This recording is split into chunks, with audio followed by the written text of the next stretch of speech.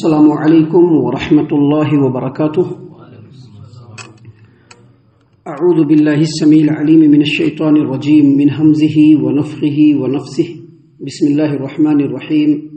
ان فرعون علا فی الارض وجعل اهلها شیعا يستضعف طائفة منهم يذبح ابناءهم ويستحيي نساءهم انه كان من المفسدين.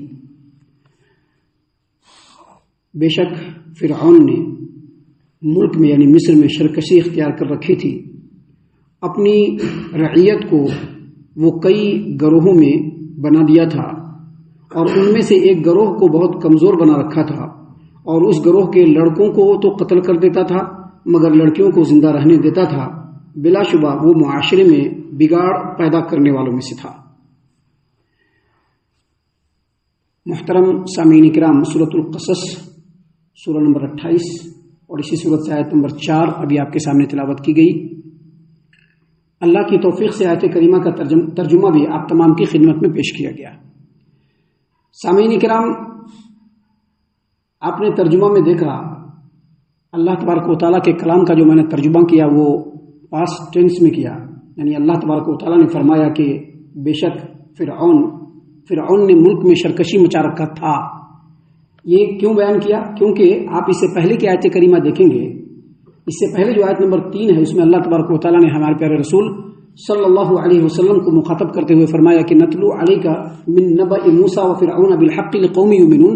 ہم آپ کے سامنے بیان کرتے ہیں موسیٰ اور فرعون کا قصہ حق کے ساتھ، اور یہ بیان کس کے لیے ہے؟ ان لوگوں کے لیے جو ایمان والے ہیں، ان کو ہی اس سے فائدہ ہوگا. تو اب یہاں سے اللہ تبارک و تعالیٰ نبی کریم صلی اللہ علیہ وسلم کو مخاطب فرما کر مکہ والوں کے درمیان میں بنی اسرائیل کا اور فرعون کا اور موسیٰ علیہ السلام کا واقعہ بیان کر رہے ہیں. یہاں سے آغاز ہو رہا ہے.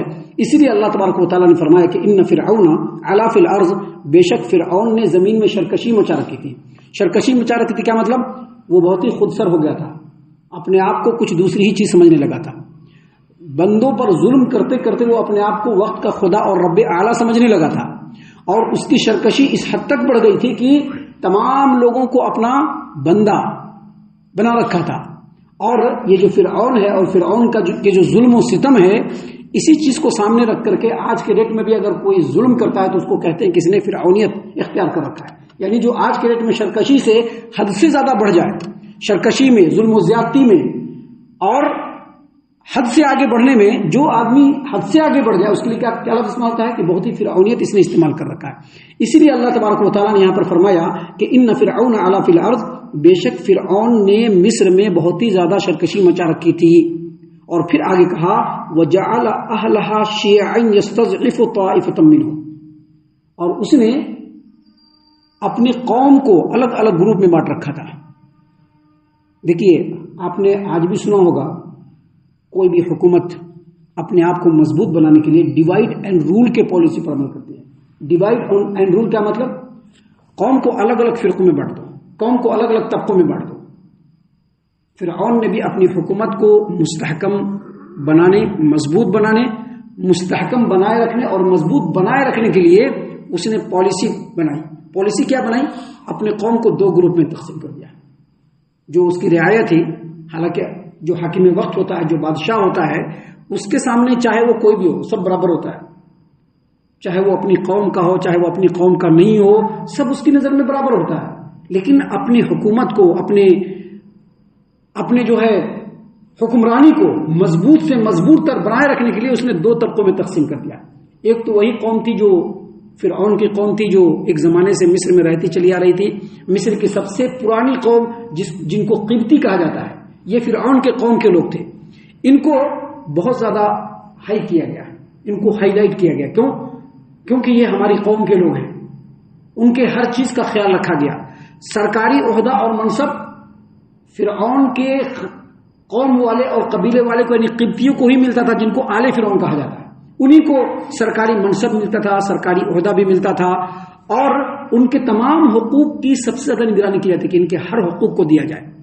اس کے جسٹ اگینسٹ میں مصر کے اندر جو دوسرا گروپ تھا وہ بنی اسرائیلیوں کا تھا، جس کو سبتی قوم کہتے ہیں، جو اس زمانے میں مصر کے اندر آیا جب سیدنا یوسف علیہ السلام مصر کے اندر آئے اور وہاں پر آ کر کے ان کو حکمرانی ملی، تو انہی کے زمانے میں یعنی تقریباً موسیٰ علیہ السلام اور فرعون کے زمانے سے 400 سال پہلے سبتی قوم یعنی بنی اسرائیل قوم جب یہاں آئی تو یہ حکومت حاکم بن کر کے آئی تھی، کیونکہ سیدنا یوسف علیہ السلام کو حکمرانی ملی اور یہ قوم بھی حکمران والے قوم سے تھے، تو تقریباً 400 سال پہلے یہ لوگ مصر کے اندر آئے، حاکم بن کر کے آئے، لیکن کچھ صدی بیتنے کے بعد، کچھ وقت بیتنے کے بعد اس قوم کے اندر گمراہی آئی، اخلاقی تنزلی آئی، یہ لوگ اللہ تبارک و تعالیٰ سے اپنے تعلقات کو توڑ دیے، تو اللہ تبارک و تعالیٰ نے ان کے ہاتھ سے حکومت کو چھینا اور پھر سے فرعون اور آل فرعون کے جو قوم کے لوگ تھے وہ لوگ پھر سے حکمران بن گئے۔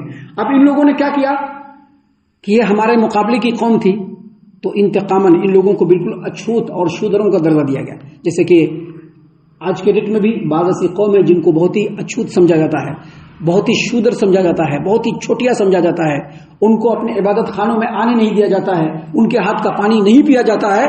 بالکل اسی طرح سے بنی اسرائیلیوں کو قبطی قوم نے یعنی فرعون کے قوم کے جو لوگ تھے انہوں نے ان کو ایسا کر دیا، بالکل اچھوت بنا دیا۔ اب ہوتا کیا تھا، اب بنی اسرائیل کے جو مرد تھے یا عورت تھے یہ فرعون اور آل فرعون کے قوم کے افراد کے غلام بن گئے، ان کے ہم مزدوری کرنے لگے اور ان کی عورتیں ان کے گھر میں کام کرنے لگی، اور اس طرح سے فرعون نے عملاً بنی اسرائیل کو غلام بنا کر کے رکھا ہوا تھا۔ اسی چیز کو اللہ تبارک و تعالیٰ نے فرمایا کہ وَجَعَلَ أَهْلَهَا شِيَعًا يَسْتَضْعِفُ طَائِفَةً مِّنْهُمْ، اور فرعون نے اپنی رعیت کو کئی گروہوں میں تقسیم کر رکھا تھا اور اس میں سے ایک گروہ کو بہت کمزور کر دیا، بہت کمزور کر دیا، اور اتنا کمزور کر دیا، اس کو کہتے ہیں قومیت پرستی، یعنی ہمارے قوم کے لوگ، ہمارے لوگ، ہمارے علاقے کے لوگ، اس کو کہتے ہیں قومیت پرستی۔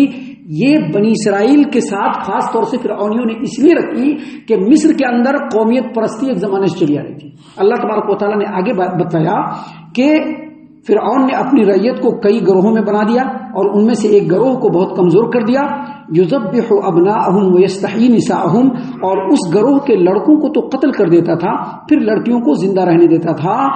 انہ کان من المفسدین، اور بے شک وہ معاشرے کے اندر بگاڑ پیدا کرنے والوں میں سے تھا۔ ابھی میں نے بتلایا کہ مصر کے اندر قومیت پرستی بہت پرانے زمانے سے چلی آ رہی تھی، لیکن فرعون نے، جو اس وقت کا فرعون بادشاہ تھا، اس نے اپنے حکومت کو مزید مضبوط بنانے کے لیے اس نے ایک اور آرڈیننس جاری کیا۔ آرڈیننس کیا جاری کیا اس نے یہ جاری کیا کہ آج کے بعد سے بنی اسرائیل کے اندر جو بھی لڑکا پیدا ہوگا اس کو قتل کر دیں گے اور جو لڑکی پیدا ہوگی اس کو چھوڑ دیا جائے گا۔ ایسا اس نے کیوں کیا؟ ایسا اس لیے کیا کہ اگر لڑکوں کو مارنا شروع کر دیں گے تو دھیرے دھیرے لڑکے مر جائیں گے، کوئی مرد نہیں رہے گا، سارے مرد ختم ہو جائیں گے، اور جو لڑکیاں یا عورتیں ہیں وہ خود سے فرعون کے لوگوں کے قبضے میں آ جائیں گے، اور اس طرح سے دھیرے دھیرے یہ قوم بالکل ختم ہو جائے گی، اس کی نسل ختم ہو جائے گی اور یہ قبطیوں کے اندر مدغم ہو جائیں گے، مل جائیں گے۔ محترم سامعین کرام، اس کے لیے باضابطہ حکومت کی طرف سے کچھ عورتوں کو مقرر کیا گیا تھا۔ ان عورتوں کا کام کیا ہوتا تھا؟ بنی اسرائیلیوں کے گھر میں جا کے جھانکنا، دیکھنا، ان کے گھر کے حالات کو لینا، اگر وہاں کوئی بچہ پیدا ہو، لڑکا پیدا ہوا ہے یا لڑکی پیدا ہوئی ہے، فوراً اس کا رپورٹ جو ہے آ کر کے بادشاہ کے پاس آ کر کرنا ہے، حکومت میں آ کر کے کرنا ہے۔ اور یہ صرف احتیاطی تدبیر تھی، وگرنہ فرعون کی طرف سے یہ آرڈیننس جاری تھا کہ بنی اسرائیل میں کوئی بھی بچہ پیدا ہوگا اس کے بارے میں حکومت کو اطلاع دینا ضروری ہے۔ اگر اطلاع نہیں دیا اور حکومت کو بعد میں معلوم ہو گیا تو بعد میں بنی اسرائیلیوں کو سزا ملے گی، اس لیے وہ مجبور تھے کہ ان کے ہاں جو بھی بچہ پیدا ہوتا تھا حکومت میں جا کر کے کہہ دیا جاتا تھا۔ سامعین کرام، بعض تفصیلی روایتوں کے اندر آتا ہے اور مفسرین نے بھی بیان کیا ہے کہ اصل میں فرعون نے جو یہ حکم جاری کیا تھا کہ لڑکوں کو قتل کر دیا جائے، لڑکیوں کو چھوڑ دیا جائے، اس کے پیچھے ایک خواب تھا اس نے ایک بہت ہی پراگندہ خواب دیکھا۔ خواب کو آ کر کے نجومیوں کو بتلایا تو نجومیوں نے یہ تعبیر بتلایا کہ بنی اسرائیل میں ایک لڑکا پیدا ہوگا، جو لڑکا تمہاری حکومت اور تمہارے تختے کے خاتمہ کا اور تمہاری زندگی کے خاتمہ کا سبب بنے گا۔ یہ جو بتلایا تو فرعون نے فوراً اس کے سدباب کے لیے، اس کو روکنے کے لیے اس نے فوراً یہ حکم جاری کیا کہ بنی اسرائیل کے جتنے بھی لڑکے ہیں ان کو قتل کر دیا جائے اور جو لڑکیاں ہیں ان کو چھوڑ دیا جائے۔ محترم سامعین کرام، اگر فرعون کے اس فیصلے کے اوپر غور کریں گے تو پتہ چلے گا کہ اس کا یہ فیصلہ بے وقوفانہ بھی تھا اور ظالمانہ بھی تھا۔ کیوں؟ کیونکہ جب اس نے خواب دیکھا اور خواب کی تعبیر جب نجومیوں نے کر دی تو وہ ہو کے رہنا تھا اور وہ ہوا بھی، ہو کے رہنا بھی تھا اور ہوا بھی، لیکن اس نے کیا کیا؟ اللہ تبارک و تعالیٰ کے قضاء و قدر کے فیصلے کے خلاف اس نے ایک ظالمانہ حکم بنی اسرائیلیوں میں جاری کیا، اور یہ حکم جاری کیا کہ بنی اسرائیلیوں کے لڑکوں کو قتل کر دیا جائے اور لڑکیوں کو چھوڑ دیا جائے۔ امام ابن کثیر رحمۃ اللہ علیہ نے یہ جو فرعون نے جو یہ حکم جاری کیا تھا کہ بنی اسرائیلیوں کے لڑکوں کو قتل کر دیا جائے اور لڑکیوں کو چھوڑ دیا جائے، اس کے پیچھے جو سبب بتلایا ہے وہ یہ سبب بتلایا ہے کہ بنی اسرائیل میں ایک زمانے سے ایک بات لوگوں میں مشہور تھی کہ ابراہیم خلیل اللہ علیہ السلام نے یہ پیشن گوئی کی تھی کہ ایک اسرائیلی نوجوان ہوگا جو فرعون اور فرعون کے حکمرانی کے اور اس کے تختے کے خاتمے کا سبب بنے گا۔ اور یہ جب وہ آپس میں بات کرتے تھے تو دھیرے دھیرے کسی بھی سورس سے فرعون کے کان میں پڑ گیا اور فرعون نے یہ حکم جاری کر دیا۔